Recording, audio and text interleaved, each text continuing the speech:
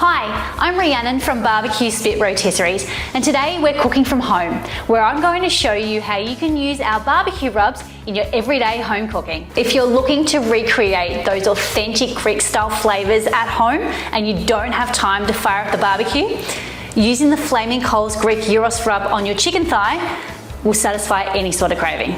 The first step is to remove any excess fat from your chicken thigh.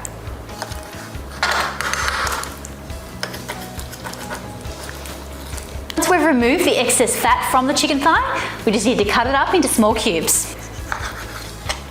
Once the chicken's all diced up, it's time to rub it with some Greek Gyros seasoning.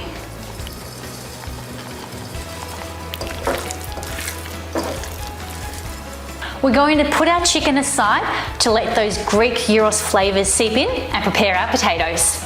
My favourite side to have with our chicken gyros is roast potatoes seasoned also with the Greek gyros seasoning. Depending on the size of your potatoes, either cut them into quarters or cut them into about 6 or 8ths. Once the potatoes are cut, put a bit of oil on and then season with the Greek gyros rub. Once you've seasoned your potatoes, put them in a baking tray. I like to line mine with aluminium foil, spread them out and get them into an oven that's preset to 180 degrees.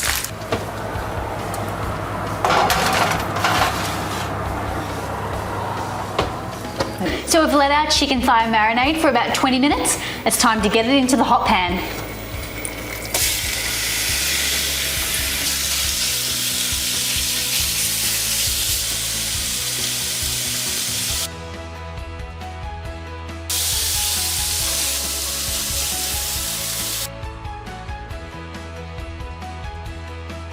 So the chicken's been cooking for about 15 to 20 minutes. It's done.